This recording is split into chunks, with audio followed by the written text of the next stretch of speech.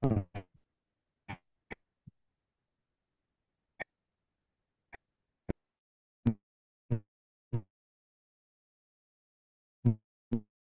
ada suaranya.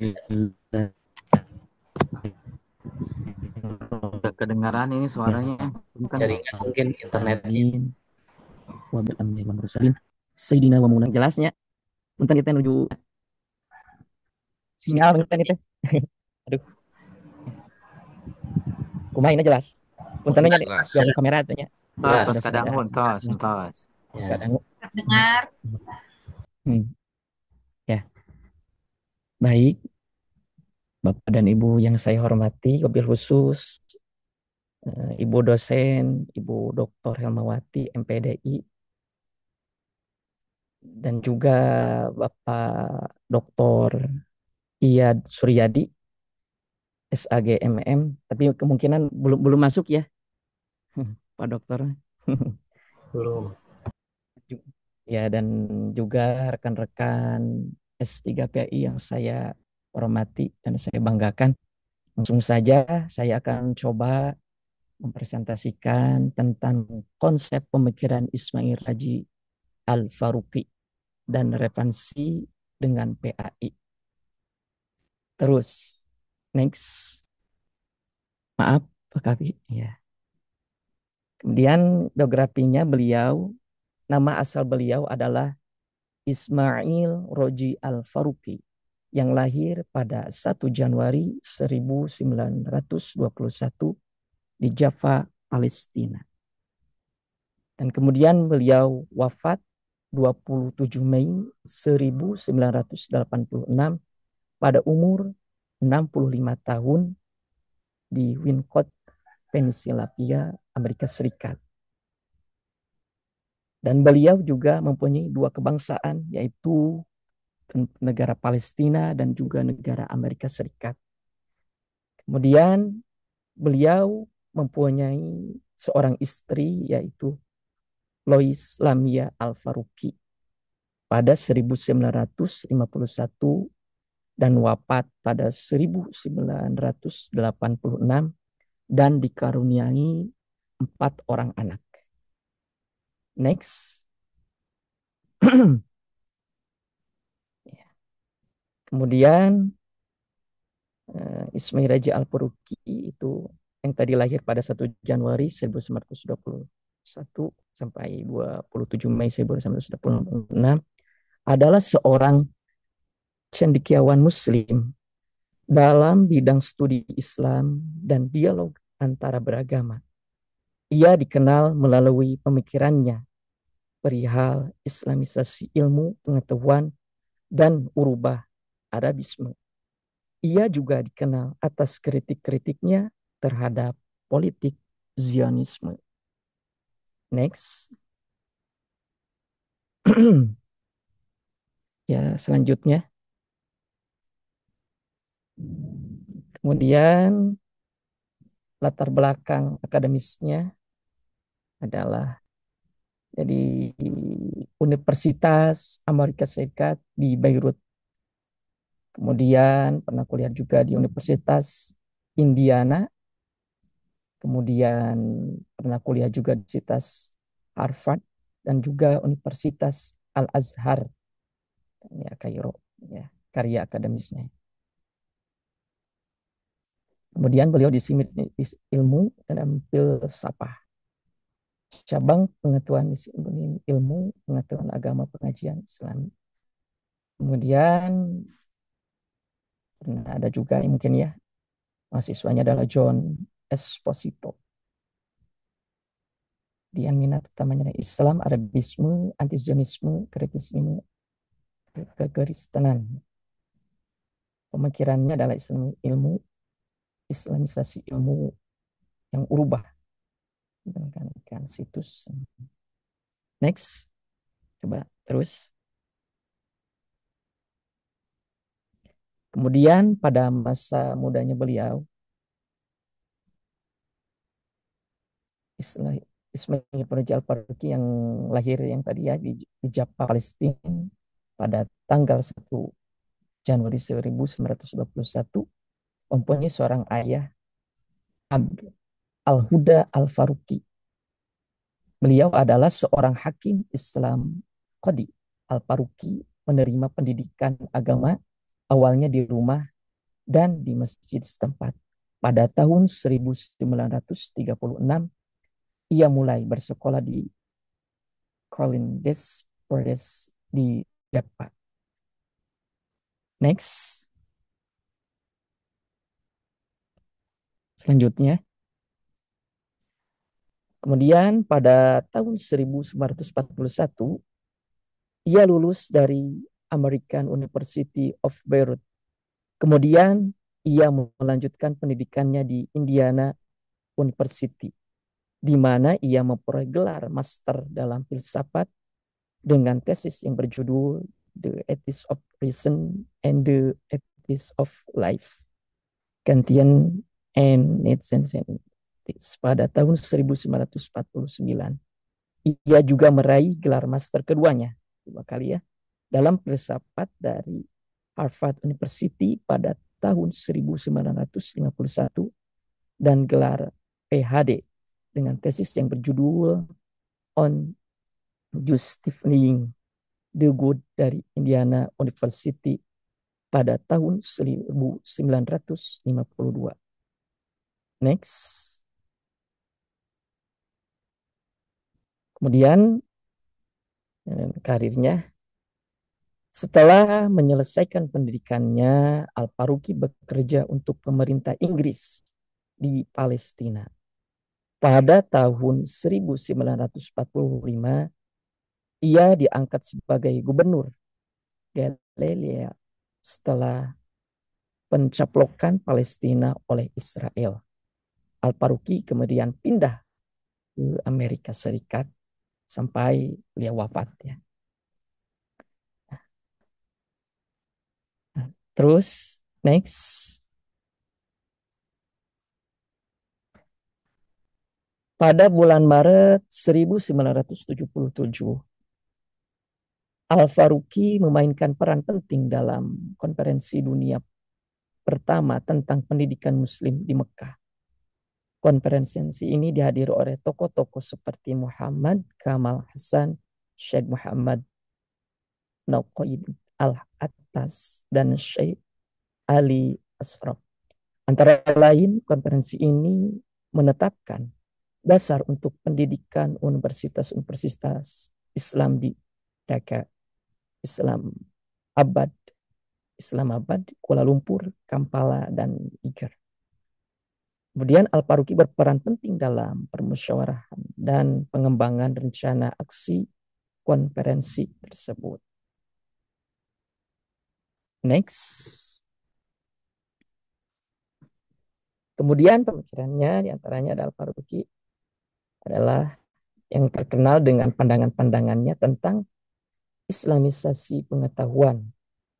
Dia menekankan pentingnya mengintegrasikan prinsip-prinsip Islam dengan disiplin ilmu modern yang tetap relevan bagi para cendekiawan dan pendidik yang bertujuan untuk mengharmonisasikan iman dan akal. Baik, selanjutnya saya persilakan kepada Bapak Kiai Zaini. Lanjutkan.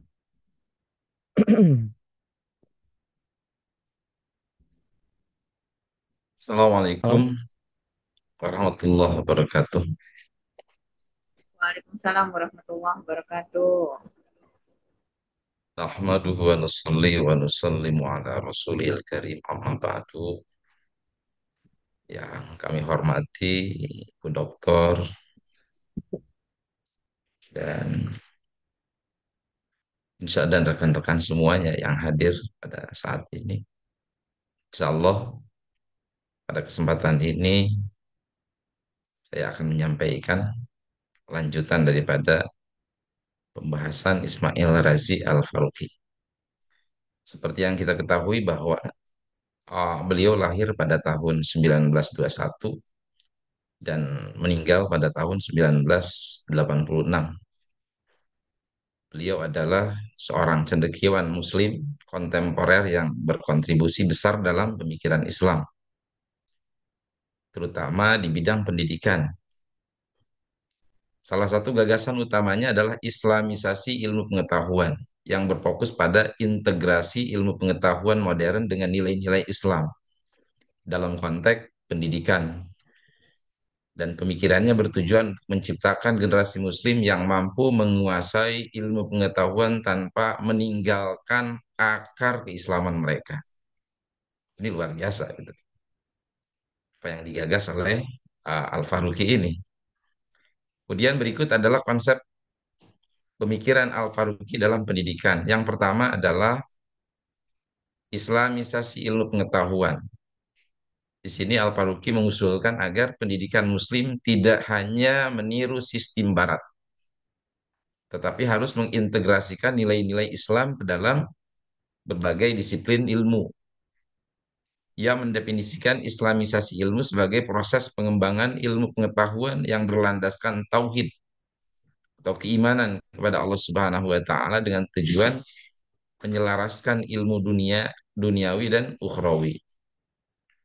Kemudian langkah-langkah Islamisasi ilmu menurut uh, Al-Faruqi, yang pertama adalah menguasai disiplin ilmu modern. Umat Islam harus menguasai ilmu pengetahuan kontemporer seperti sains, teknologi, dan sosial untuk menjawab tantangan zaman. Dan yang kedua, menguasai hazanah Islam klasik, menghidupkan kembali tradisi keilmuan Islam dari Al-Quran, hadis, dan pemikiran para ulama klasik. Karena para ulama mengatakan bahwa agama itu yang terbaik itu adalah yang kuno, yang terdahulu, yang langsung sumbernya daripada Rasulullah Shallallahu Alaihi Wasallam. Adapun mengenai teknologi, yang terbaik itu adalah yang mutaakhir. Beda dengan agama. Kalau agama itu yang terbaik itu yang awal gitu, yang kuno gitu. Maka beliau di sini lebih mengarahkan dalam bidang agama ini kepada hal-hal yang masih dekat dengan ajaran Rasulullah SAW. Yang ketiga, menganalisis hubungan antara ilmu modern dan Islam. Kemudian ilmu-ilmu modern dievaluasi berdasarkan nilai-nilai Islam agar relevan dengan ajaran tauhid.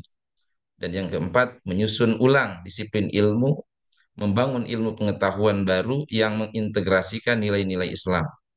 Dan yang kelima adalah menyebarluaskan hasil integrasi ilmu yang telah diislamkan harus diajarkan dalam sistem pendidikan untuk membentuk generasi muslim yang unggul.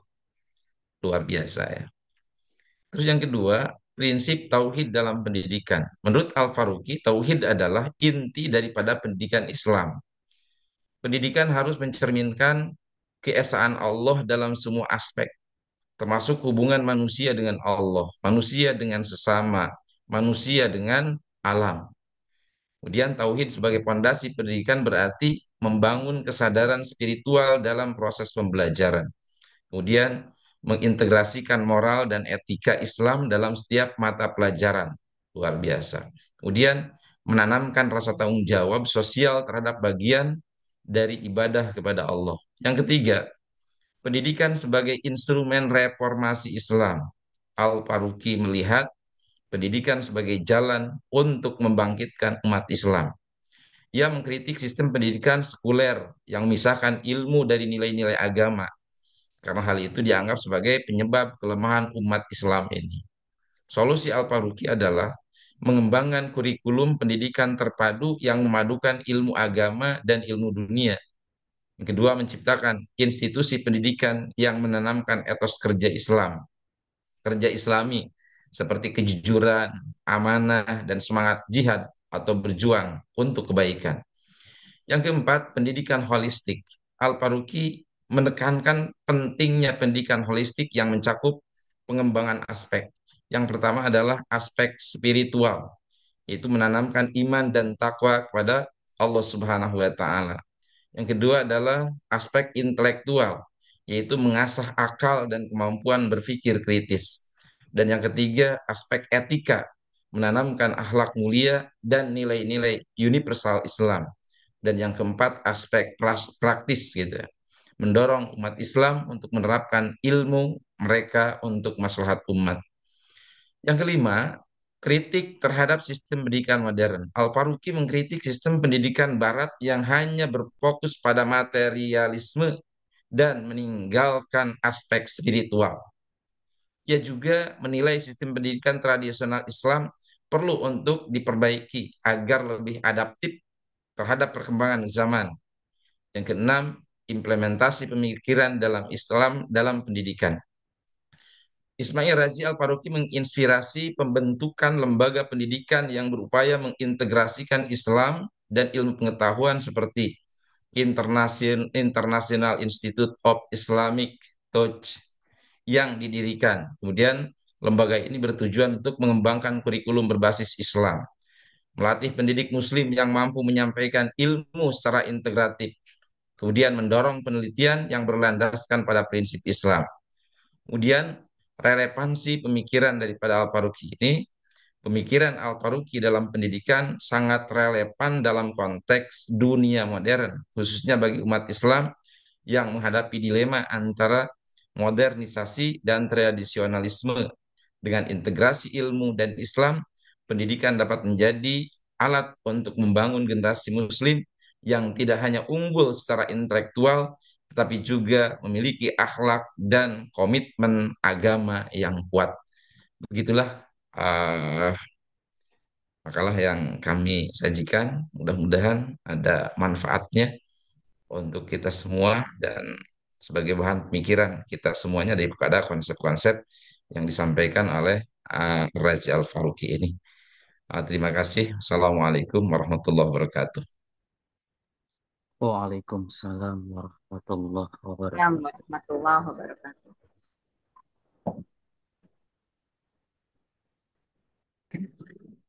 Mengapa Kapi? Alhamdulillah, terima kasih kepada materi untuk pertama dari Pak Kiai Suhud dan Pak Kiai Nanang, dan yang kedua Pak Kiai Jani dan Pak Kiai Ahmad Jarmawat. Dipersilakan kepada teman-teman dan kawan-kawan sama bisa mengomentari ataupun saran atau masukan tentang pemikiran Al-Qabisi. Kemudian yang kedua tadi pemikiran dari Ismail Razi Al-Faruqi. Pada dipersilakan, Mangga. Izin Ya, menambahkan. saya izin. Mangga Bu Gawi, Mangga Bu Haji Gawi. Bismillahirrahmanirrahim. Assalamualaikum warahmatullahi wabarakatuh. Waalaikumsalam warahmatullahi wabarakatuh. Yang saya hormati Ibu dosen yang saya banggakan, serta teman-teman yang dirahmati Allah Subhanahu wa taala. Dan pemateri yang hebat, spektakuler, apalagi Kiai Zain. Aduh, bingung mau nanya nih karena nggak tahu jadinya nanya nih Kiai nih. Kiai punten, di zaman saat ini khususnya zaman yang lagi zaman Z apa-apalah ini ya, milenial atau Z ya ini. Itu Islam kontemporer itu di pandangan anak-anak muda itu indahnya gimana ya cara pendekatannya? Baik secara persuasif yang membuat mereka kondusif dari segi pembelajaran dan dari segi kajian-kajian keilmuan. Mohon arahan dan ajarannya. Terima kasih.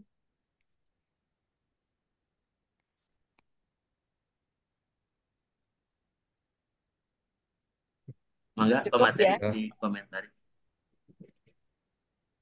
Jadi ke siapa ya? Ke pemateri pertama atau kedua? Siapa aja boleh Kiai.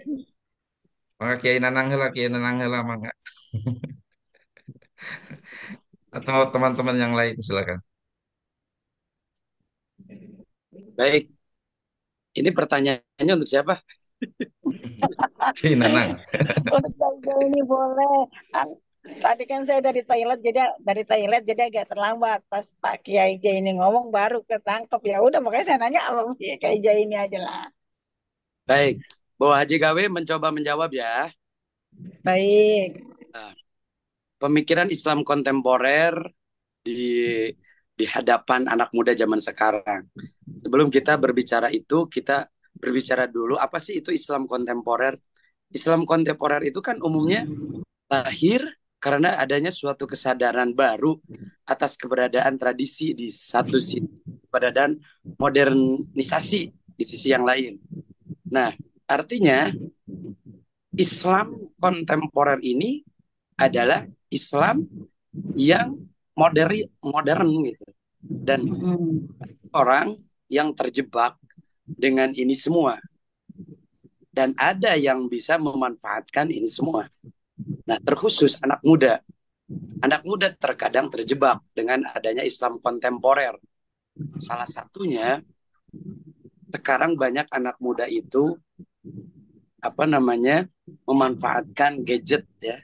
Gadget sebagai ajang untuk mencari pasangan. Dengan label punten. Labelnya mah Islami.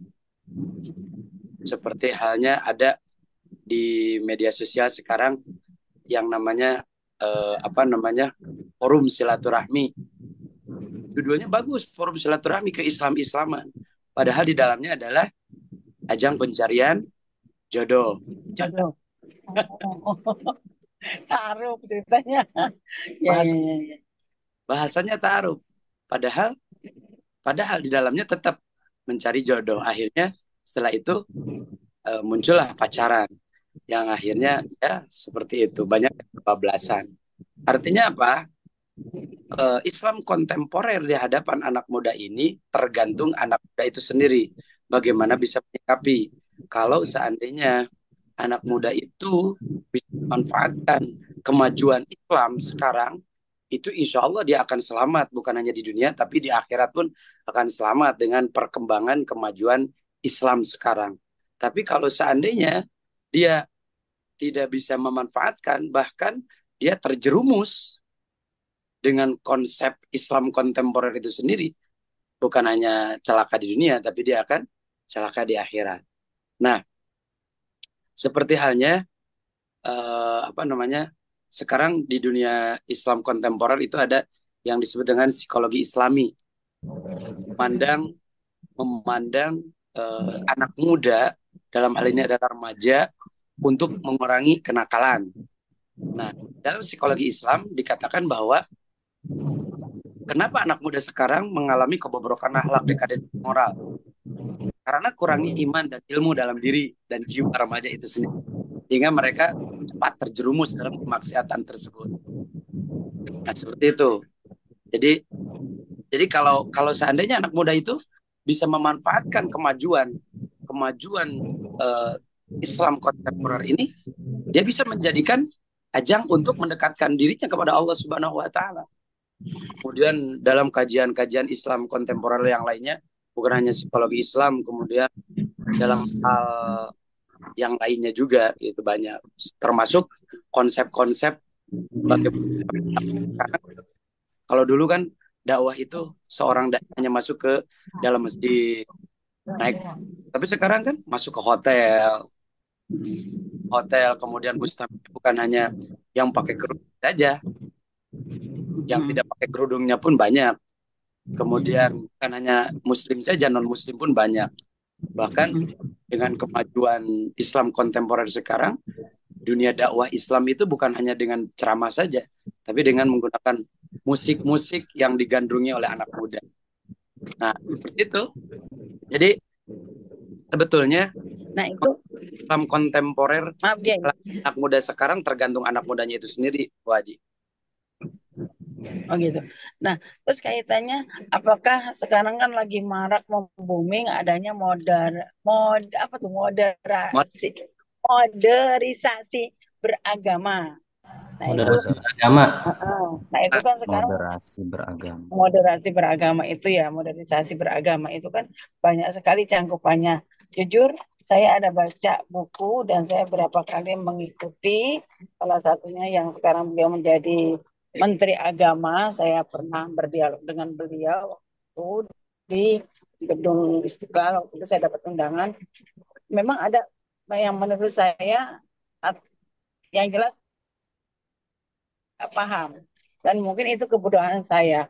Saya kok merasa mereka mencampur adukan, ya, bercampur adukan keyakinan dengan yang sifatnya modern yang menurut saya agak sedikit menyimpang, ya.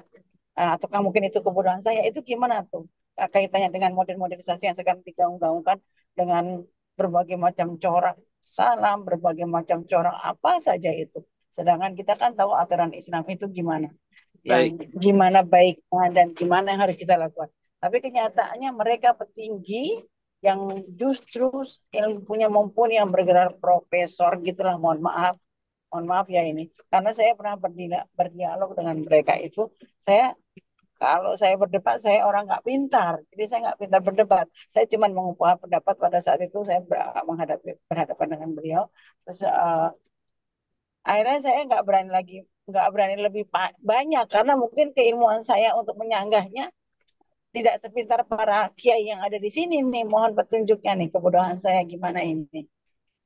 maaf Bu Haji, antara Hmm? modern dengan moderasi beda Bu Haji. Iya, iya. Kan kok itu kan sekarang Kalau kontemporer itu ya, artinya kan perubahan-perubahan yang baru yang terjadi pada saat-saat model-model yang terbaru yang tadi yang Jai jelaskan. Nah, itu soal sekarang yang sedang digaungkan sekarang itu gimana itu kaitannya? kalau yang ditanyakan oleh Bu Haji tentang moderasi beragama adalah sebetulnya itu beda dengan modern. Kalau modern itu kan artinya kemajuan lebih dari sebelumnya Iya, gitu. betul, betul, Kalau betul. agama itu sebetulnya meyakini kebenaran agama kita sendiri secara Hmm, secara radikal, hmm, menghormati hmm, agama yang lain. hmm, Kemudian tanpa harus membenarkannya. Seperti hanya hmm, gini, di NU itu ada yang disebut dengan tawassut tasamuh, ya, ada ya, ada toleransi, saling menghargai. Tapi kita tetap meyakini bahwa agama kita itu adalah agama yang terbaik. Nah, tanpa mengecilkan agama yang lain, tanpa mengecilkan agama yang lain. Nah, hanya saja moderasi beragama ini meyakininya tentang agama kita itu secara radikal gitu. Nah, itu maksud saya tuh Kiai itu. Nah, Mas- kalau kalau modern itu kemajuan Islam. Kemajuan. Ya, ya, ya, betul, betul. Mungkin dari yang lain silakan. Jadi masuk boleh.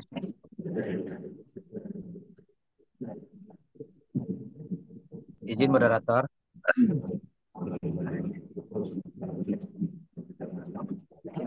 Ini moderatornya juga siapa ini? Silakan Pak Arif. Silakan.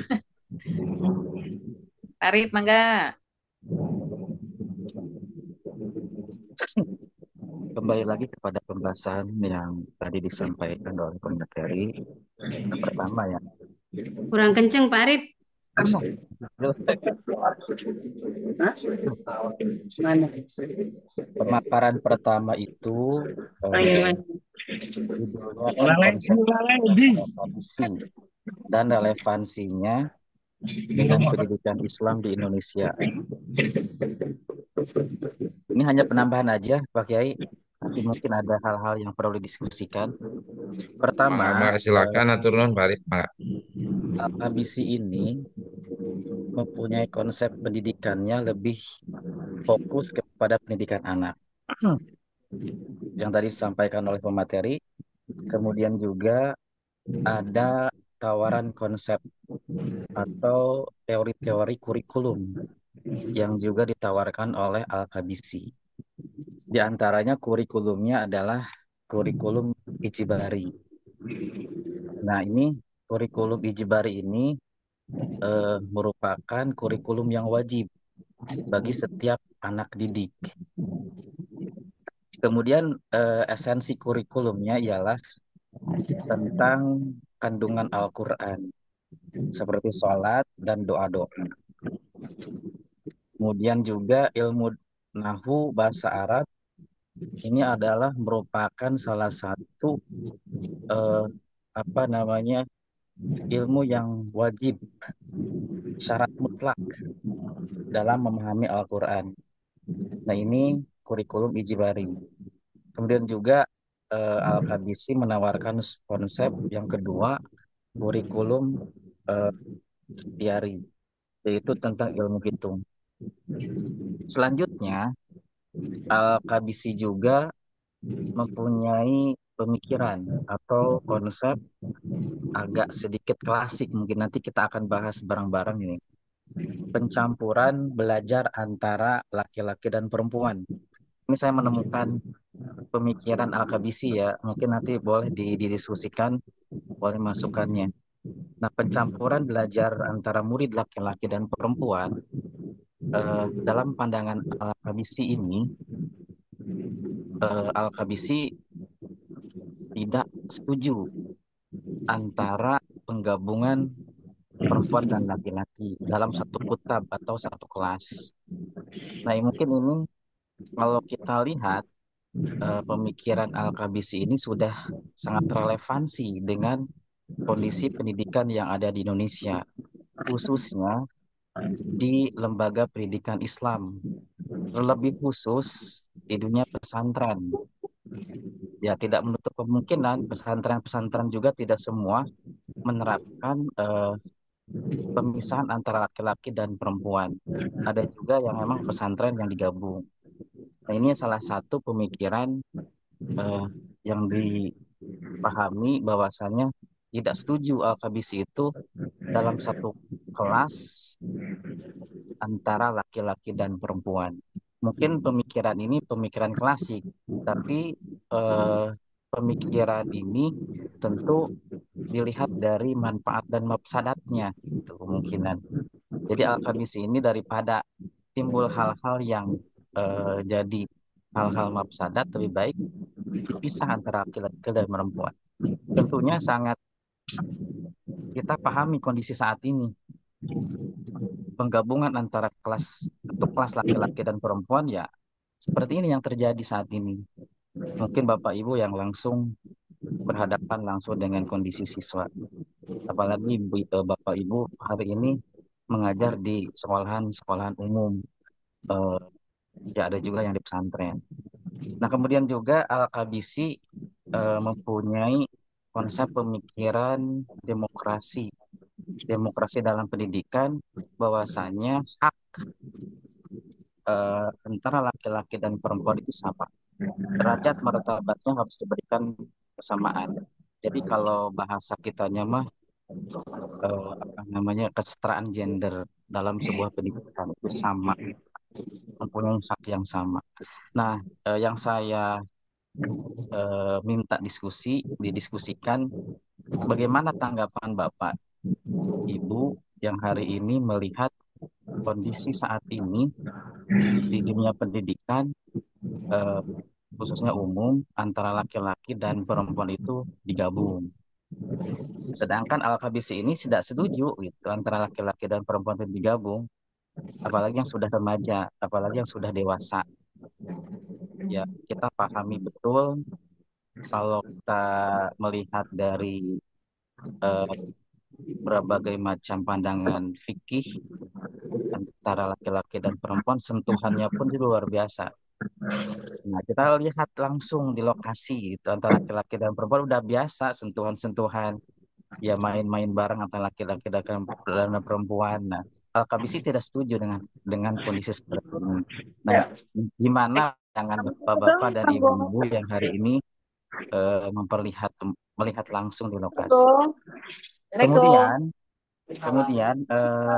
saya yang pemateri kedua ya tentang konsep pemikiran Ismail Ar-Razi dan relevansinya dengan pendidikan Islam di Indonesia. Tadi yang sering dibahas itu adalah Islamisasi ilmu pengetahuan dan ayatisasi. Apa sih 5 saya pergi itu kemarin? Maksudnya memasukkan nilai-nilai keislaman dan menjadikan landasan setiap cabang keilmuan masa kekinian, mungkin seperti itu. Jadi yang menurut pemikiran saya atau hemat saya, ketika kita belajar IPA, masukkan ayat-ayat Al-Quran. Ketika kita belajar matematika, masukkan ayat-ayat Al-Quran maupun hadis. Ini sejalan dengan yang saya pahami, memang betul. Jadi ada integrasi atau penggabungan antara Ada kembangnya di Secara ini. Oh, ilmu ini. Ya Allah dan Allah. ilmu umum. Jadi Ya, kalau apa? saya melihat ya, Bentar. kemungkinan nih pemikiran Ar-Razi ini Ya. kayaknya, Yang lain izin kayaknya, dimute. Yang lain. Yang Bugawi, tolong dong.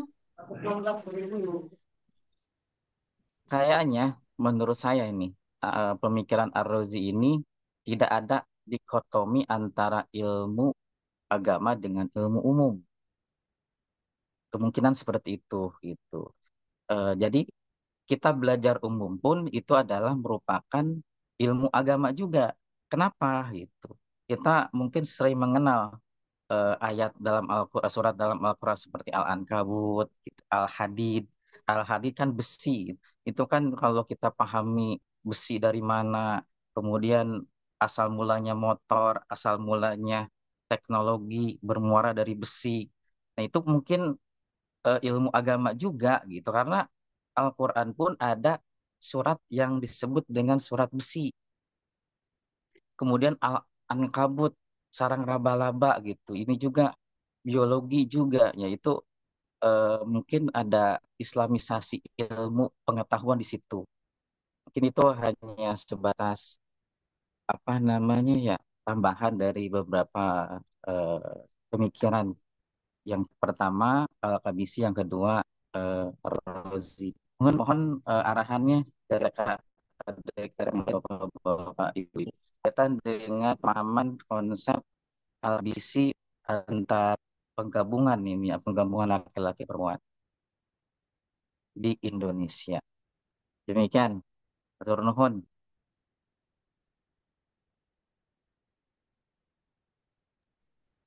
Untuk Al-Kabisi silakan pakai Suhud. Mangga pakai Suhud. Dijawab Al-Kabisi apa Al-Faruqi sih, Pak? Al-Kabisi. Al-Kabisi yang Dua, Bu Lina. Dua-duanya. Al-Faruqi. Bu Lina, kita membahas Oh, dua-duanya. Sudah selesai tadi. oh iya. Dua-duanya. Al-Kabisi tentang pemisahan kelas. Kemudian yang satunya itu tentang Islamisasi. Silakan Pak Kiai Suhud dijawab. Nanti saya menambahkan.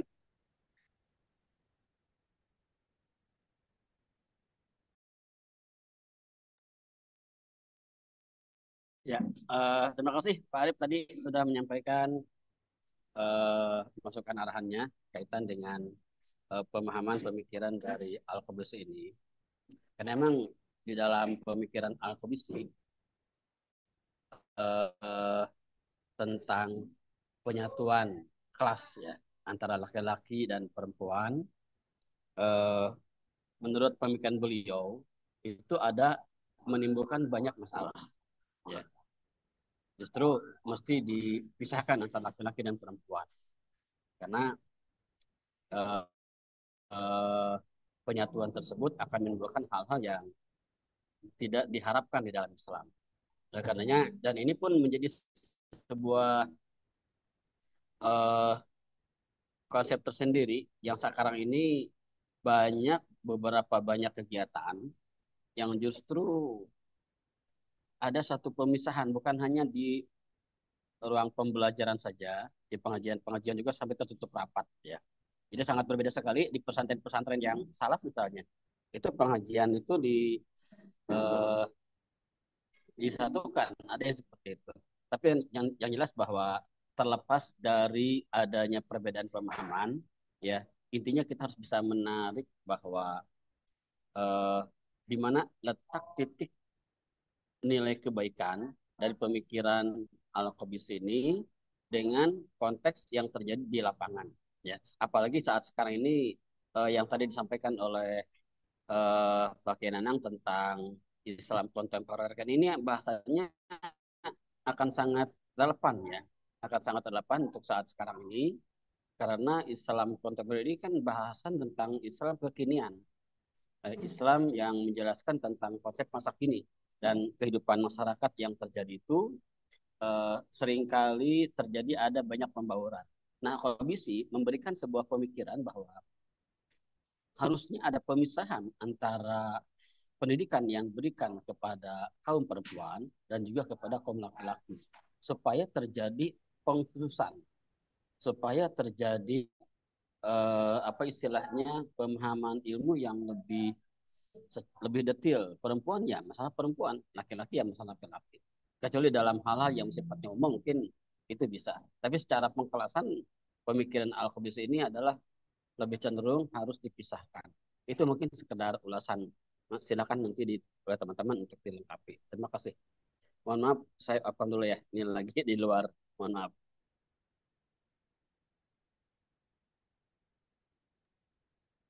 Baik, Ya, silakan dilanjut saja. izin menambahkan dari apa yang disampaikan oleh Pak Kiai Subud bahwa memang konsep Al-Qabisi ini adalah konsep yang sangat populer yang pada waktu itu beliau membuat sebuah strategi ini untuk menciptakan kesalehan sosial. Nah, akhirnya konsep ini diterapkan oleh Al-Qabisi dan ternyata dampaknya luar biasa. Memang terjadi pergerakan akhlak yang lebih baik lagi. Makanya kalau kita diterapkan di Indonesia, ya itu ajib luar biasa. Hanya saja kita kan terbentur dengan fasilitas, kemudian kita terbentur dengan SDM. Bahkan lembaga saya sendiri pernah mencoba.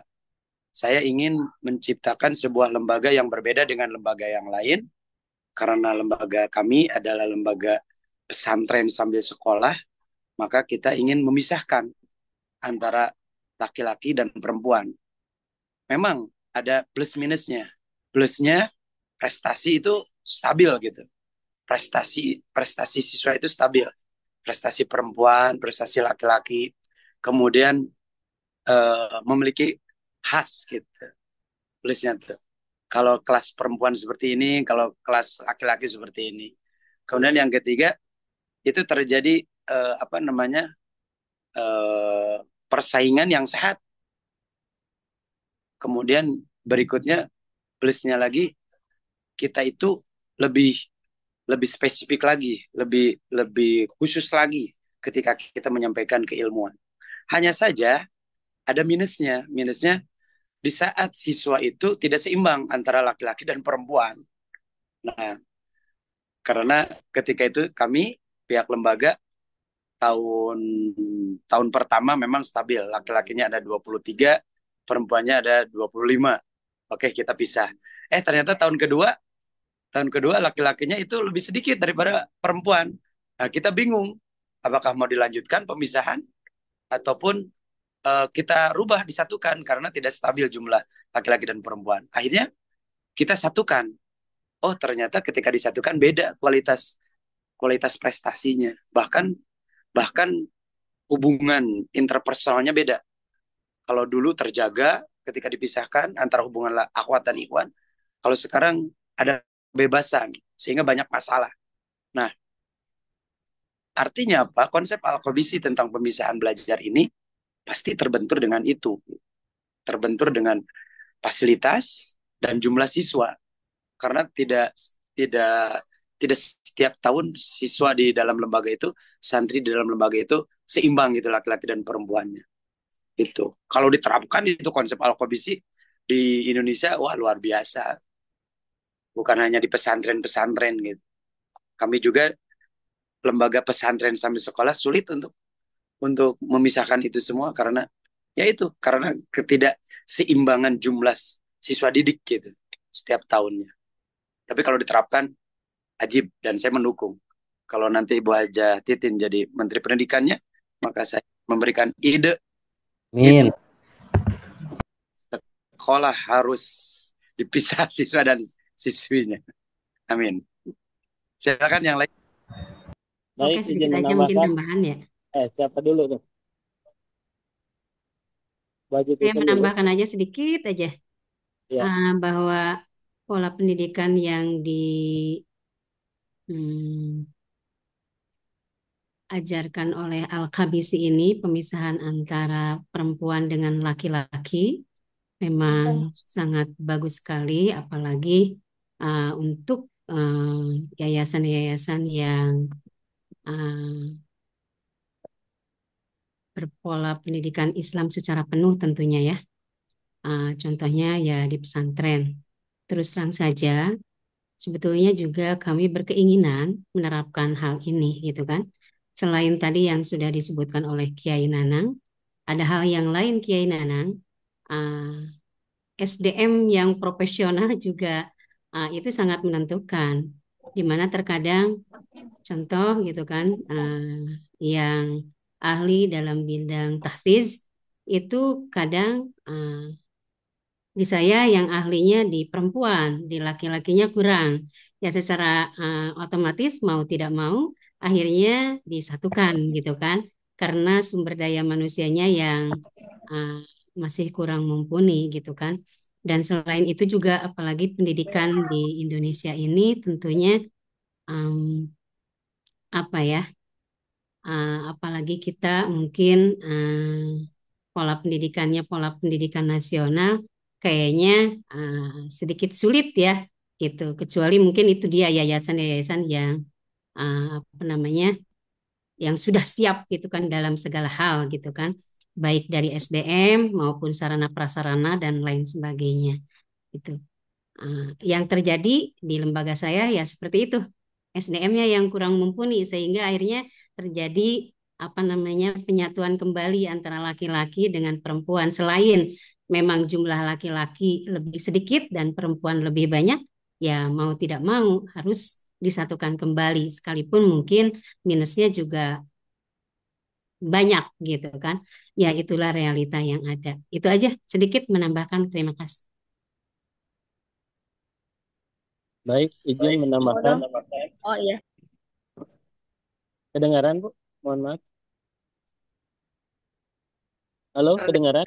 Terdengar jelas. Ya, jelas. Ya, mohon maaf.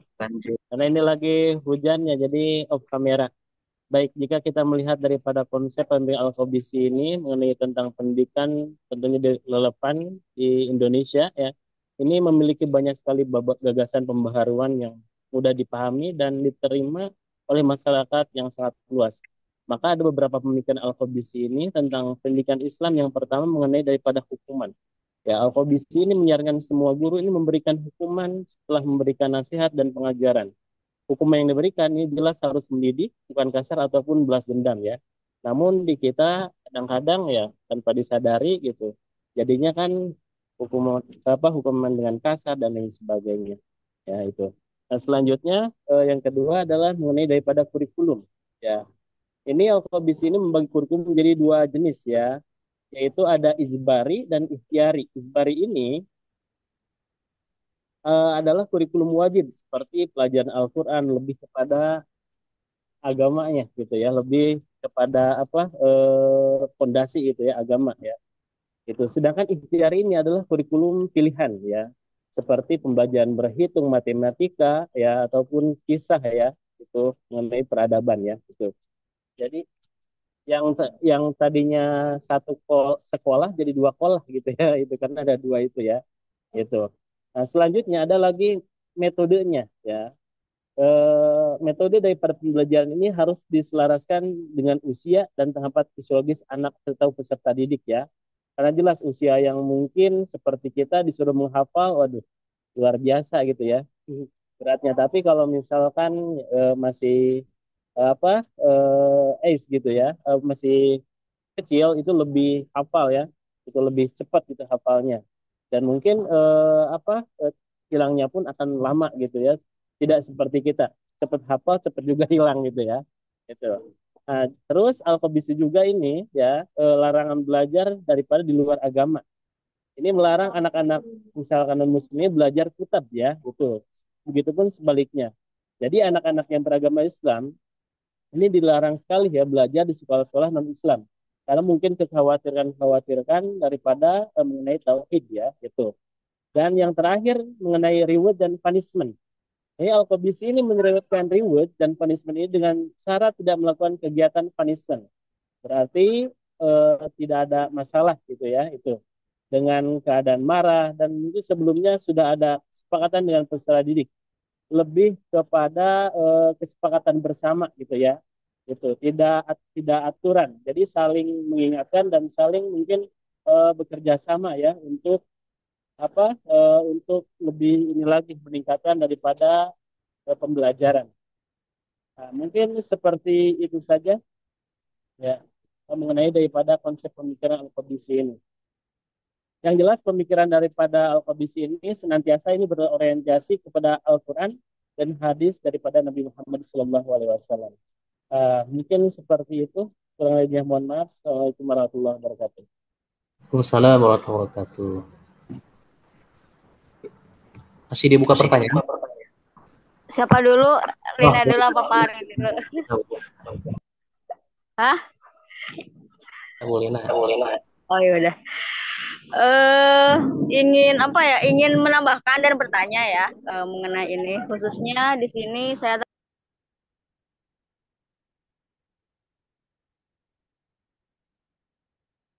Mana Bu? Terlempar tuh Bu Lina tuh. Terlempar. Pak Hari lanjut tuh. ada nggak? Halo, halo. Halo. Sudah bergabung Ada, sudah ada. Ya, ini ada kilat. Ya, di sini saya ingin sedikit bertanya tentang Al-Faruqi. Nah, di sini tuh Al-Faruqi itu ya pemikirannya tentang Islamisasi ilmu pengetahuan sangat menarik sekali ya. Karena dulu pernah ingat tentang ini ya Mustafa Kemal Atatürk dulu itu yang apa ya, yang sekuler-sekuler nih ya.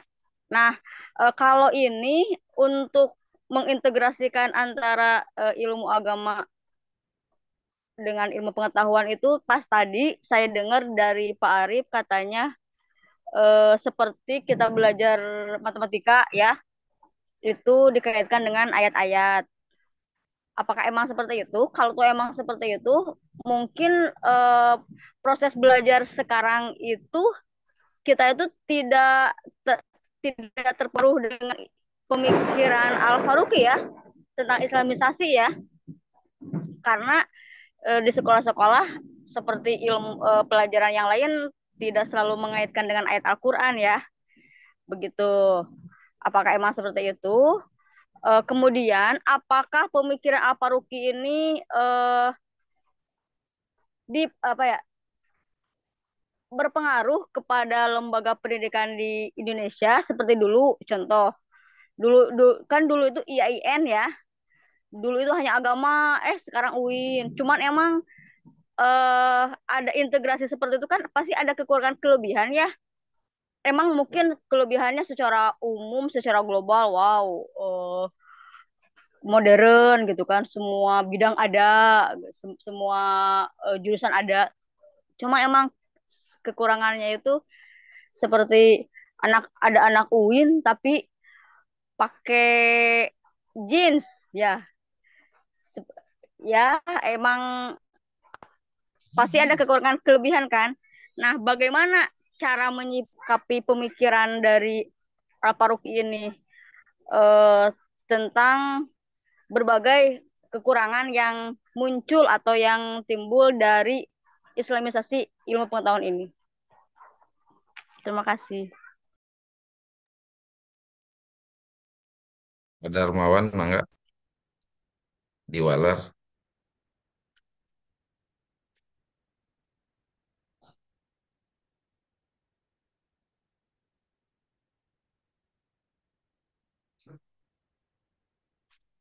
Halo. Ada Darmawannya kemana? Nggak ada.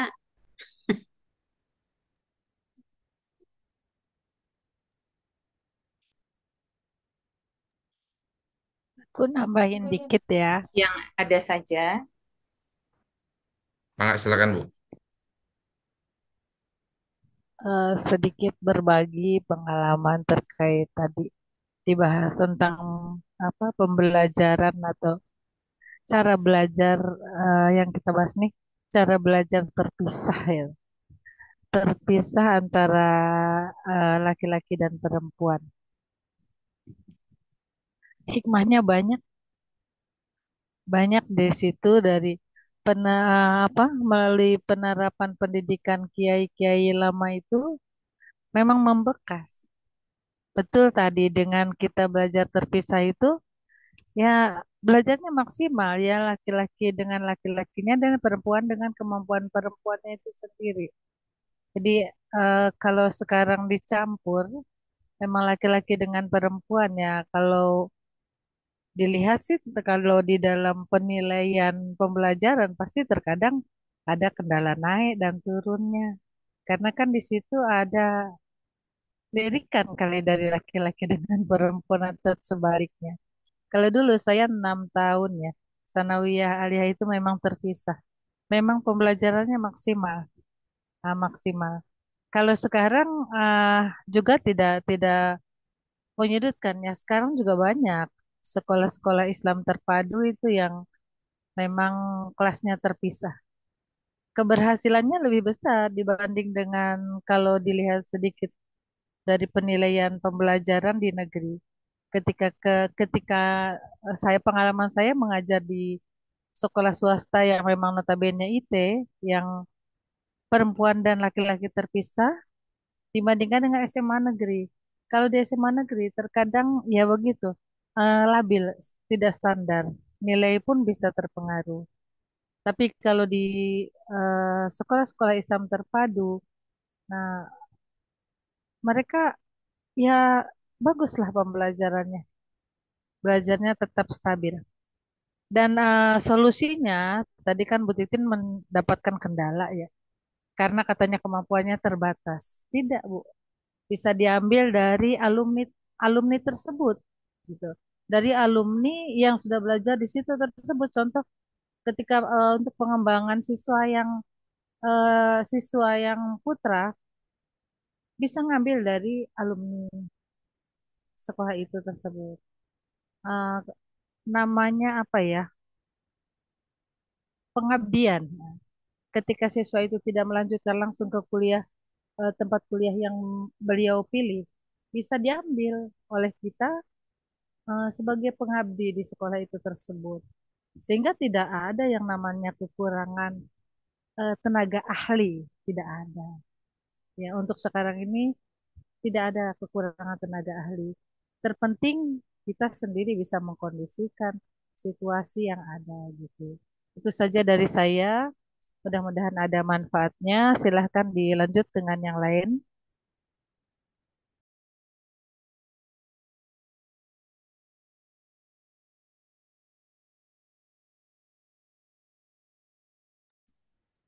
Oke, Marjuki silakan dijawab pertanyaan Ibu Lina. Eh, Assalamualaikum warahmatullahi wabarakatuh. Waalaikumsalam. Mengenai tadi Pak Kiai Nanang ya, menanggapi dulu apa yang disampaikan oleh Ugawi tadi mengenai isu-isu dalam Islam kontemporer tadi. Jadi yang pertama memang harus disampaikan kepada anak didik kita bahwa memang agama Islam ini adalah agama yang sempurna gitu. Jadi ditumbuhkan pada diri mereka itu percaya diri dengan keislamannya. Kemudian pada perkembangannya dan masuk ini kepada dunia pendidikan kita bahwa yang banyak kita tahu gitu kan bahwa yang menguasai teknologi pada hari ini adalah dari dunia barat. Padahal kita ketahui bahwa Islam itu sudah lebih dahulu gitu kan menguasai hal itu. Islam itu pernah berjaya di Eropa itu sampai 8 abad gitu. Dan dasar-dasar teknologi yang diadopsi oleh dunia barat pada hari ini adalah dari Islam itu sendiri. Dan para ulama, para ilmuwan muslim pada waktu itu tidak ada lain, mereka itu bersumber menggali daripada sumber-sumber pokok agama Islam, yaitu dari Al-Quran itu sendiri. Sesuai apa tadi yang dikatakan oleh Pak Arif gitu kan. Dari Pangarsana Pak Kiai Nanang juga sama seperti itu. Dan kita sepakat dan kita meyakini bahwa Al-Quran itu kalau digali itu luar biasa. Inna fi khalqis samawati wal ardi wa ikhtilafil laili wan nahari la ayati li ulil albab dan seterusnya. Itu semuanya adalah konsep-konsep dasar-dasar ilmu pengetahuan dan teknologi gitu kan. Kemudian mengenai isu-isu dalam Islam kontemporer, gitu kan. Yang pertama adalah modernisasi dan sekularisasi ini. Kemudian bagaimana umat Islam itu menanggapi modernisasi tanpa kehilangan identitas keislaman mereka. Itu tuh isu-isu dalam Islam kontemporer. Dan yang kedua adalah radikalisme dan ekstremisme. Karena yang digembor-gemborkan oleh mereka yang benci terhadap agama Islam itu bahwa Islam ini adalah agama yang radikal gitu kan. Sehingga mungkin masuk kepada pemikiran anak didik kita gitu kan. Hal-hal tersebut. Maka Islam kontemporer berhadapan dengan tantangan kelompok ekstrim yang sering disalahpahami sebagai representasi representasi daripada Islam itu sendiri. Dan yang ketiga adalah hak-hak perempuan ini. Karena mereka juga mengatakan bahwa Islam itu mempasung daripada perempuan. Padahal tidak seperti itu. Nah, perdebatan tentang peran perempuan, emansipasi, dan seterusnya dalam masyarakat, pendidikan, dan kepemimpinan dalam Islam gitu kan. Jadi perempuan itu luar biasa sebetulnya, Mas. Dan Islam itu tidak membatasi untuk seorang perempuan itu untuk berkarir gitu dan seterusnya. Yang selanjutnya adalah isu-isu dalam Islam kontemporer itu adalah ekonomi syariah, termasuk yang dibawa oleh Al-Faruqi ini, bahwa Islam kontemporer mendorong sistem ekonomi berbasis syariah sebagai alternatif daripada kapitalisme global. Nah ini nih, gitu kan. Sebetulnya Islam itu memberikan konsep yang luar biasa. Cuma mungkin kita sebagai umat Islam kurang pede gitu kan. Sehingga lebih cenderung percaya kepada bank-bank konvensional gitu kan. Yang kelima adalah teknologi dan media sosial ini yang luar biasa gitu kan, yang sangat berpengaruh kepada siswa-siswa kita, bahwa peran media sosial ini dalam menyebarkan dakwah Islam itu sekaligus sebagai tantangan informasi dan hoax yang dibawa oleh mereka, bahkan Islamophobia itu sendiri. Nah, ini harus dihadapi oleh kita sebagai uh, umat Islam gitu. Nah, mungkin itu yang bisa disampaikan, ditanggapi oleh saya, oleh kami gitu kan, mengenai apa tadi yang disampaikan oleh Ibu Gawi, kemudian Ibu Lina gitu. Insya Allah kita bangga dengan keislaman kita. Itu mengutip sedikit dari apa yang Amin. disampaikan oleh siapa itu? Lima ada ta'akharal muslimun wa taqaddama ghairuhu. Pada inana, siapa itu? Kenapa umat Islam itu terbelakang? Kemudian selain daripada Islam itu maju, eh apa itu yang dari itu tuh? Sakim Arsalan ya? Kalau tidak salah Sakim Arsalan begitu.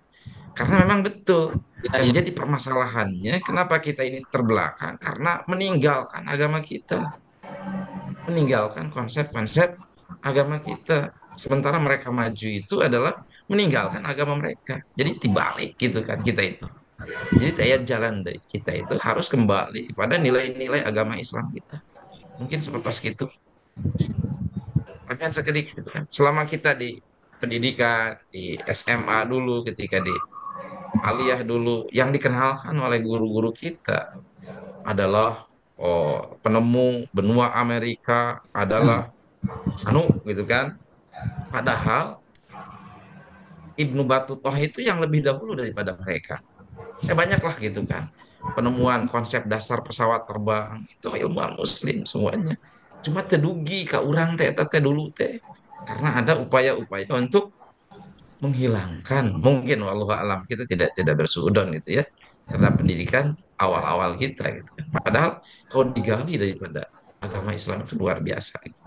Nah, seperti itu hatur nuhun. Mangga pajang.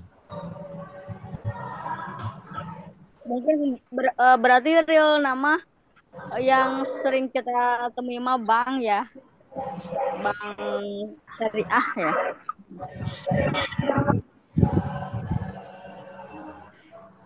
Iya, iya Bu.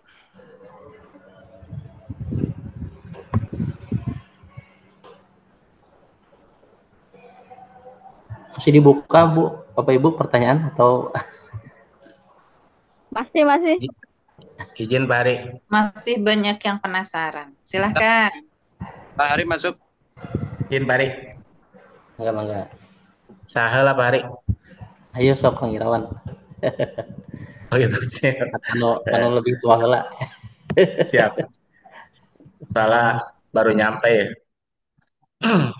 Jadi menarik walaupun tadi di perjalanan tapi Alkobis ini sangat sangat sangat menarik ya, ya dibandingkan kemarin-kemarin kan eh, yang timbul hilap-hilap dan kemarin kan sempat inilah adu argumen tapi untuk keseluruhan secara Alkobis ini saya lihat semuanya mendukung penuh apa yang di apa ya Alkobisi ini apalagi apa relevansinya dalam pendidikan Islam di Indonesia bahkan pendidikan modern juga kan sangat-sangat baik diterapkan gitu. Kemudian kan eh, contohnya dalam kurikulum 2013 kan itu kan pengembangan karakter. Jadi sangat baik bahwa Alkobisi ini kan antara pendidikan akhlaknya, kemudian apalagi kan latar belakangnya juga kan seorang kaprij gitu kan. Jadi sangat relevan banget untuk diaplikasikan di pendidikan di Indonesia. Kemudian menjadi acuan apa ya? Menjadi acuan pengembangan kriteria yang komprehensif, artinya secara menyeluruh gitu. Ini bisa bisa bisa diterapkan untuk alkobisi ini. Kemudian kan memberikan landasan filosofis bagi pendidikan Islam modern itu sendiri yang sekarang banyak lembaga-lembaga yang modern gitu kan. Kemudian kan menyapai tujuan pendidikan nasional dalam pembentukan akhlak yang mulia, saya rasa yang sangat-sangat relevan untuk apa Alkobisi ini itu untuk diterapkan. Jadi penerapan konsep kurikulum Alkobisi ini kan membantu apa ya keseimbangan, artinya menciptakan keseimbangan antara penguasaan ilmu agama dengan kecakapan hidup yang dibutuhkan di era modern yang sekarang ini gitu. Jadi sangat relevan, artinya kan dengan zaman yang serba digital, kemudian kan banyak eh, anak-anak kita lah pergaulannya seperti apa sekarang. Nah ini diterapkan sangat cocok, dibutuhkan di era yang modern ini gitu. Sambil apa? Tetap menjaga nilai-nilai keislaman sebagai landasannya tadi ini. Jadi mereka itu punya pegangan lah para siswa dan anak-anak yang kita ajar punya pegangan, punya apa ya nilai-nilai keislaman pegangan yang kuat gitu. Karena OKBS ini kan membantu menciptakan keseimbangan antara penguasaan ilmu agama dan juga kecakapan hidup. Dan itu sangat dibutuhkan di apa di era modern. Kan apa ya eh, mengintegrasikan nilai-nilai Islam dalam setiap mata pelajaran ini saya rasa cukup ataupun baik gitu diterapkan juga. Kenapa? Karena menekankan pembentukan karakter bahkan berbasisnya Islam gitu. Nah ini yang saya pahami untuk kondisi ini. Jadi sangat-sangat relevan. Bahkan tadi saya simak semuanya mendukung tentang apa ya konsep pendidikan atau pola pendidikan yang diterapkan Al-Kobisi ini. Tadi kan sudah disampaikan Pak Kiai Nanang bahkan mendukung pola Ibu Haji Titi menjadi wamen atau Menteri Pendidikan. Ini kebijakan. Nah ini salah satunya usulan bahwa penerapan konsep pendidikan yang dari Al-Kobisi ini diterapkan. Itu mungkin Pak Ari. Bu Titin diusung jadi Menteri Pendidikan. Amin. Amin. Siap ya mau jadi dirjen, Saya dirjen kita. melamar jadi wamennya Bu Titin. Masya Allah. Ya, Bapak Ibu, masih ada waktu nggak tahu udah ini? Masuk Pak Ari, silakan. Pak ya, terima kasih atas waktunya. Izin bertanya ya, tadi saya di awal menyimak daripada presentasi Pak Kiai Nanang bahwa Alkobisi ini salah satu ulama yang sangat dekat dengan anak-anak gitu ya, atau kalau di Indonesia mah disebutnya Kak Setoknya gitu ya. Nah, kemudian dikaitkan dengan apa namanya tadi salah satu pemikiran Al-Qabisi ini adalah pemisahan dalam proses belajar di kelas gitu ya antara laki-laki dengan perempuan. Nada dewasa ini ya banyak isu saya katakan oknum ya Bapak Ibu, oknum yang merusak, mohon maaf ya, merusak citra pondok pesantren, bahkan yang sudah dipisah pun pernah juga sempat viral itu, tapi ini yayasan sih ya, yayasan yatim piatu laki-laki itu, mayoritas laki-laki atau memang laki-laki semua gitu ya kalau nggak salah. Pengasuh pondok pesantrennya atau ketua yayasannya, pemiliknya atau ownernya adalah laki-laki Pak, yang sering disapa Ustadz Abi Sudirman ya, mungkin Bapak Ibu pernah mendengar ya kasus ini. Ternyata di antara beberapa santrinya, bahkan mungkin hampir semua ya mungkin ya, wallahu alam, itu sampai di, mohon maaf ini ya, di sodomi gitu ya, mohon maaf ini. Nah, ini ternyata awal-awal tidak ada indikasi atau tidak ada tanda-tanda ke arah sana, mungkin tidak tahu lah gitu ya. Ternyata semakin di sini ya, kalau peribahasa mengatakan sepandai-pandainya orang membungkus mayat, nah gitu ya, pasti akan kecium baunya juga gitu. Sehingga ketahuan lah gitu, bahwa ternyata Ustadz tersebut, oknum Ustadz tersebut ya, pemilik yayasan tersebut yang bernama sering akrab dipanggil Abi Sudirman itu memiliki kelainan yaitu gay ya, mungkin gay ya. Nah, dan itu sudah diproses oleh yang berwajib gitu. Nah, ini ada kekhawatiran orang tua ya, sehingga gara-gara satu oknum dan kemudian mengimbasnya mengeneralisir pondok pesantren atau yayasan-yayasan yang lainnya gitu kan. Padahal tidak semua pondok pesantren seperti itu. Nah, itu padahal artinya dalam yayasan itu laki-laki semua gitu, nggak dicampur dengan perempuan. Ternyata ada saja gitu kasus yang seperti itu ya, menjalik gitu kan. Nah, pertanyaannya adalah saya ingin tidak hanya berkutat kepada masalah ya, tapi lebih pada solusi lah gitu. Bagaimana untuk menumbuhkan trust atau kepercayaan orang tua terhadap pondok pesantren ataupun yayasan pendidikan Islam, supaya hal-hal semacam itu tidak menjadi kekhawatiran ya, bahwa anaknya insya Allah aman gitu di pondok pesantren ya, dititipkan, dididik, dibina untuk menjadi kader-kader ulama, untuk menjadi orang yang soleh-soleha gitu kan. Jadi karena kan memang 24 jam ya, jadi banyaknya kasus-kasus tersebut menyebabkan kekhawatiran gitu. Tidak hanya kasus itu, sebenarnya masih ada lagi kasus yang lainnya ya seperti itu. Sekali lagi ini oknum sebetulnya. Mungkin ada pihak luar yang ingin merusak citra pondok pesantren. Ya gimana caranya supaya orang tua itu, supaya citra pesantren itu rusak gitu ya, bisa jadi seperti itu ya. Ada yang tidak suka lah, atau fobia Islam lah seperti itu ya, fobia pondok pesantren. Padahal saya berpandangan bahwa pondok pesantren itu pendidikan yang terbaik ya dibanding dengan yang lainnya, yang umum atau mungkin yang IT ya, karena lebih full dari 24 jam gitu kan belajar di sana. Bahkan sekarang pesantren itu tidak hanya yang salaf ya, yang tradisional atau pesantren saja, tetapi juga sudah ada yang modern, sudah ada sekolah formalnya juga seperti itu ya.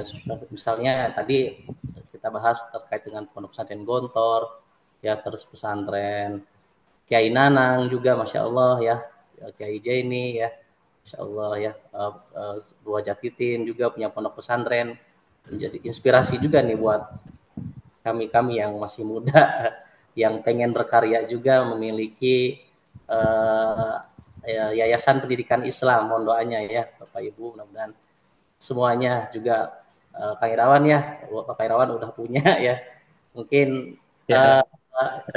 apa namanya, ya, lebih banyak yang sudah menjadi pimpinan pondok gitu di sini.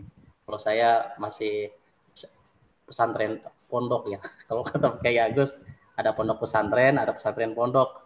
Kalau pesantren pondok ya pesantrennya pendek gitu, kecil ya. Tapi hebat-hebat, luar biasa teman-teman di sini, sangat memotivasi, menginspirasi, khususnya saya ya, untuk bisa berkarya juga dalam dunia pendidikan Islam gitu. Jadi walaupun saya ngajar di sekolah negeri, harapannya tidak hanya menjadi ASN P3K saja, tapi ingin ada perubahan, ingin juga berkarya memiliki lembaga sendiri seperti itu. Terima kasih atas waktunya. Mohon solusinya ya dari pemateri siapa saja, mangga. Assalamualaikum warahmatullahi wabarakatuh. Salam. Salam.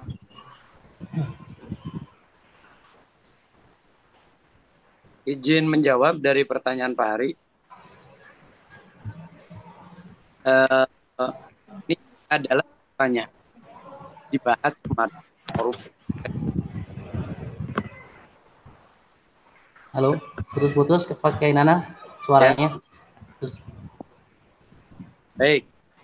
Pertanyaan yang disampaikan oleh Pak Hari ini adalah pertanyaan yang mengemuka di forum Pondok Pesantren Indonesia.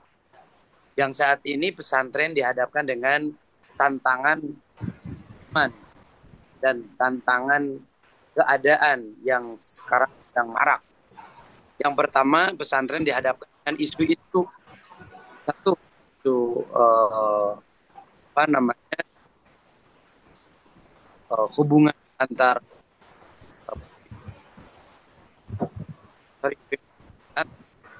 dan fasilitas, isu dari kurikulum dan lain sebagainya yang sampai ini kan oknum itu sendiri ya, dan ini juga menurunkan percaya kepada pondok pesantren, terkhusus tahun ini ketika melihat pesantren-pesantren ada itu, ketika kami dengan pesantren mengalami luar biasa dibandingkan dengan tahun kemarin.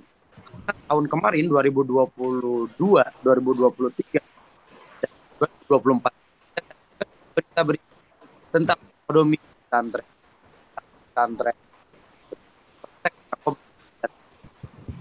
ya, penurunan santri masuk ke pesantren terus. Pesantren kami agak terputus-putus suaranya Pak Nanang. Ya. Baik.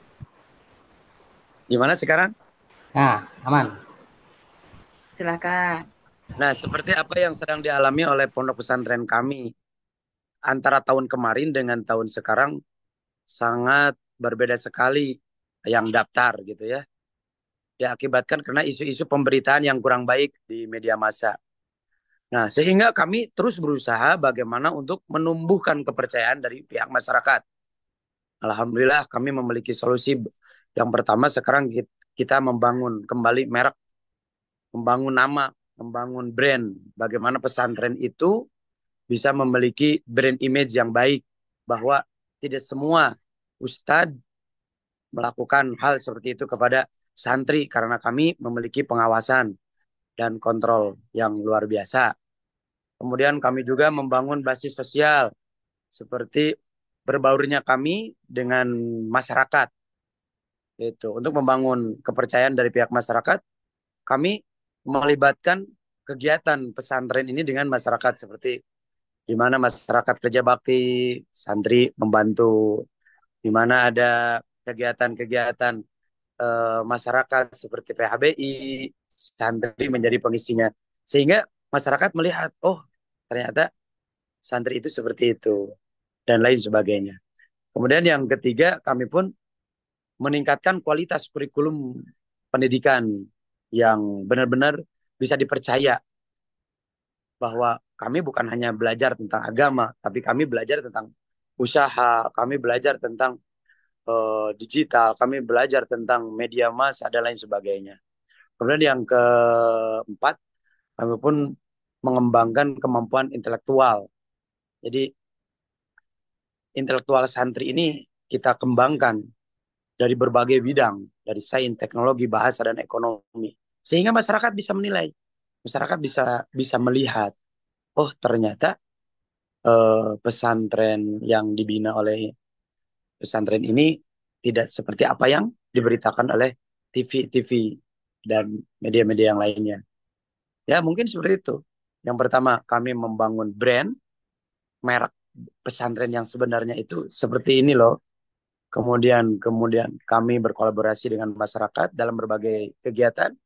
Kemudian kami meningkatkan pendalaman keilmuan dan mengembangkan intelektual santri dan ustadz. Dan ini luar biasa tantangan bagi kami sebagai pimpinan pondok pesantren untuk bisa membangun kepercayaan masyarakat.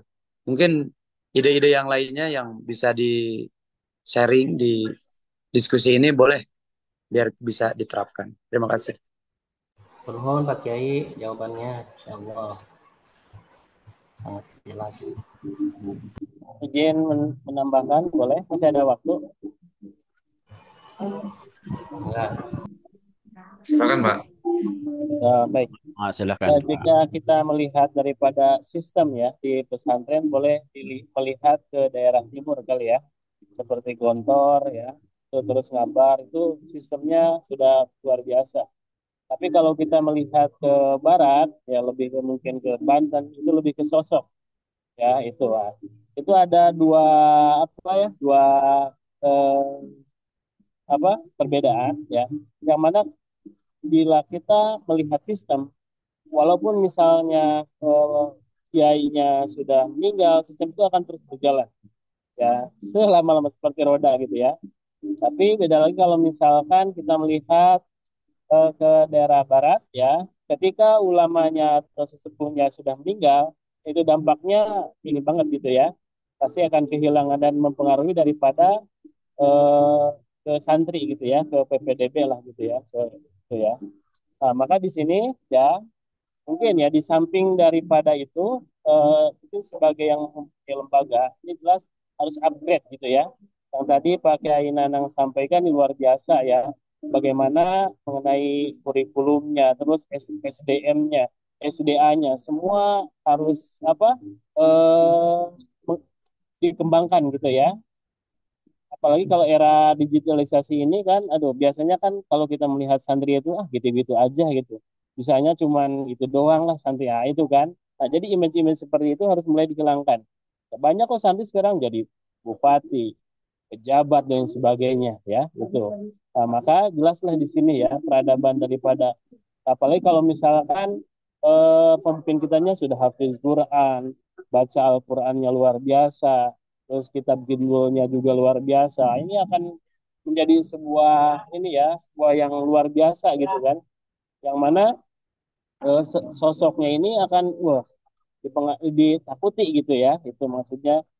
Apalagi kan mohon maaf gitu ya, pemimpin kita itu kan banyak banget orang pintar, tapi sedikit yang jujur. Nah itu aja. Padahal tahu agama gitu kan. Padahal tahu semuanya, tapi ya tetap aja ya. Itu bisikannya lebih kencang daripada itu. Ya, nah, mungkin seperti itulah. Ya, kalau misalkan ingin ini bisa studi banding lah gitu ya. Terus seperti apa sih sebenarnya gitu kan? Itu proses daripada pembelajaran. Saya pun ketika mempelajari 4 tahun di Ngabar ya, pernah juga di Gontor ya, untuk untuk kesehariannya udah Arab Inggris gitu ya, ternyata memang dibutuhkan gitu, ternyata memang dibutuhkan ya, apalagi saat ini gitu ya, betul, karena kalau tidak seperti itu tetap ketinggalan zaman. Nah, di samping itu juga kitab-kitab Al-Quran, hafalan dan sebagainya itu juga jelas ya harus bisa gitu ya. untuk mengupgrade daripada santrinya masing-masing. Nah, tadi juga disampaikan juga oleh Bu Nur ya, bahkan di Gontor itu ada ini gitu ya, ketika misalkan ingin pelatihan, nah itu boleh mengajukan misalkan nanti akan apa dari Gontor ya akan mengutus daripada santrinya ya untuk mengembangkan dan membantu daripada pesantren tersebut ya itu ya sekarang sudah ya banyak sekali gitu ya.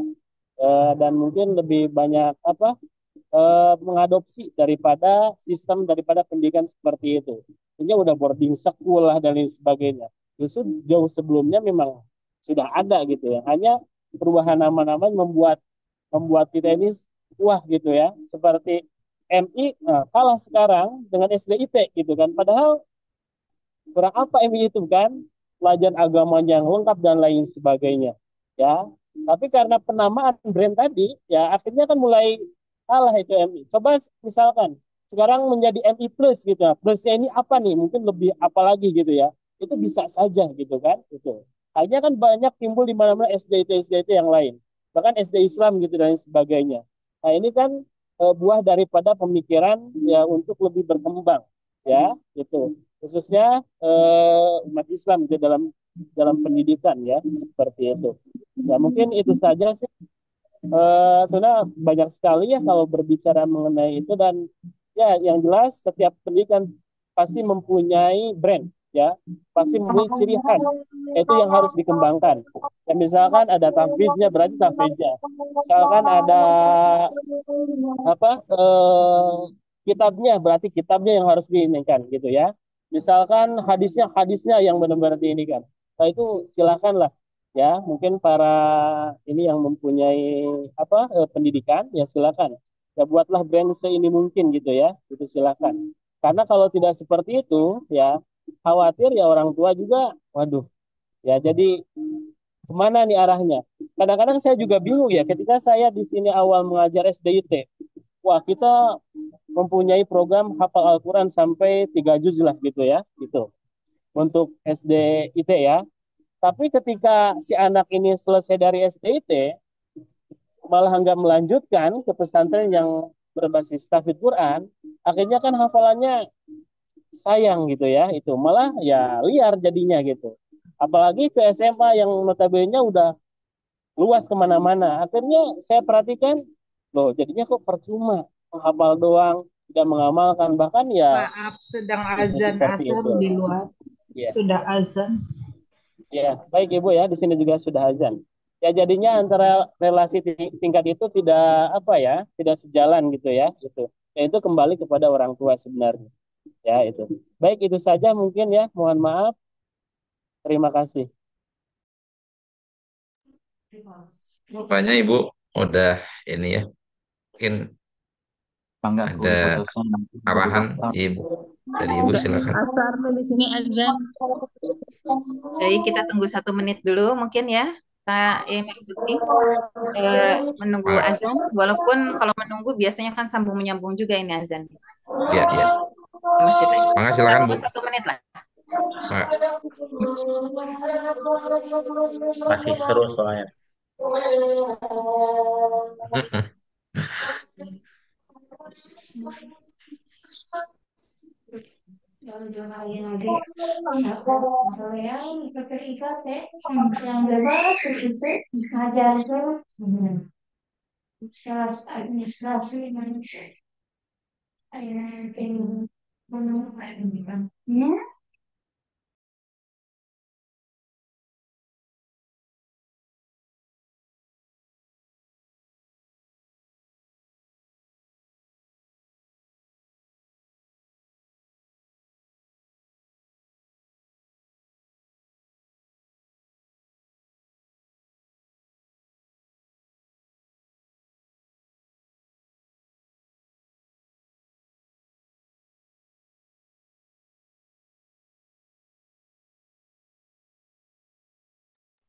Sambil menanti azan, izin minta untuk bisa share screen.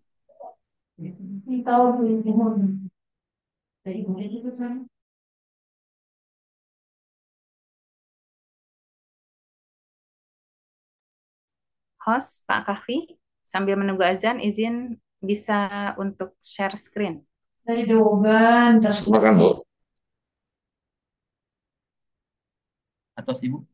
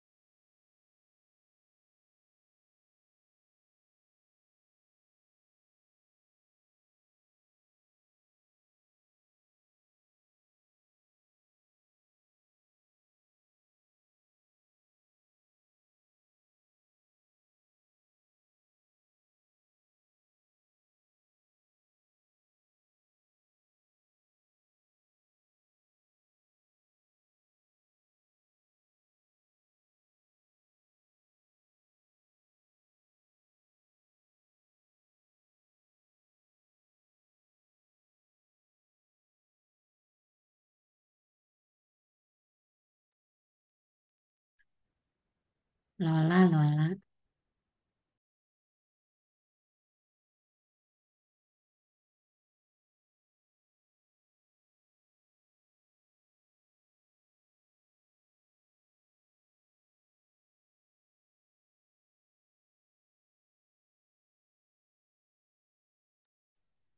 Loadingnya luar biasa, Bapak Ibu, sinyalnya. Sudah tampak, Bapak Ibu? Udah, Bu. Ada Bu, ada. Sudah, Alhamdulillah. Bu. Baik, Subhanallah. Bapak Ibu, eh, presentasi yang luar biasa oleh rekan-rekan dari dua kelompok hari ini. Kita beri aplaus Bapak Ibu sebagai penghargaan. Terima kasih kepada Pak Zaini, Pak yang hari ini tampil, Pak Nanang Kosim, kemudian ada Pak Darmawan dengan Pak Suhud. Bapak Ibu, tampak ya dinamis yang luar biasa. Ini kalau dari absen nih, dua pertemuan ke belakang Bapak Ibu aktif semua. Kecuali mungkin Pak Darmawan pertemuan kemarin. Hari ini Pak Agus Fudoli. Beliau hadir tadi di awal, namun tampaknya di akhir-akhir beliau terlempar ya. Mungkin cuaca atau sedang dalam kondisi yang kurang pas untuk apa namanya, untuk sinyalnya. Nah, Bapak Ibu, dibandingkan dengan pertemuan sewaktu kita digabungkan dengan semester 3. Wah, Bapak Ibu banyak yang terdiam ini. Terdiamnya karena habis waktu atau